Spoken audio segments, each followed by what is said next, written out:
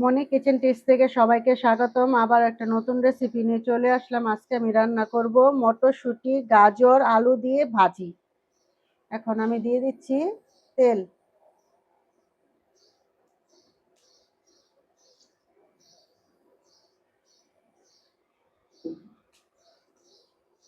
এখানে গাজর আর আলু কাটা আছে, এটা আমি এখন দিয়ে দিচ্ছি।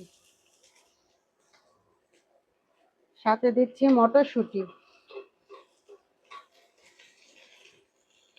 কাঁচামরিচ কুচি,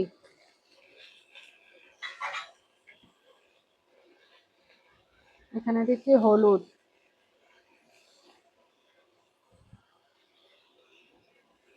লবণ।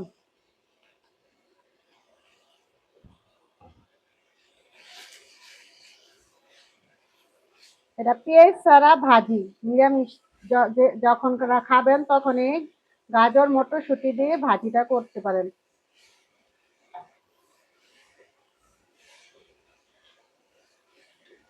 এটা পেঁয়াজ দিয়েও খেতে পারেন, কিন্তু আমি পেঁয়াজ দেব না।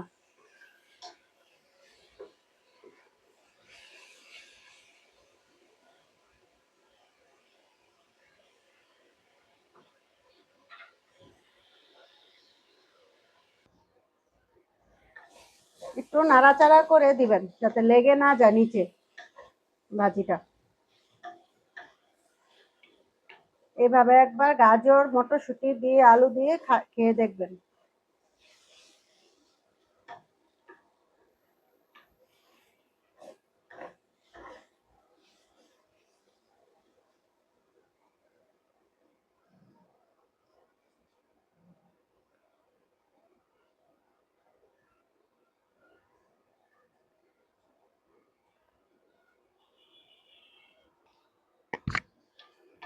এখন আমার ভাজিটা হয়ে গেছে, এখন আমি নামিয়ে নেব।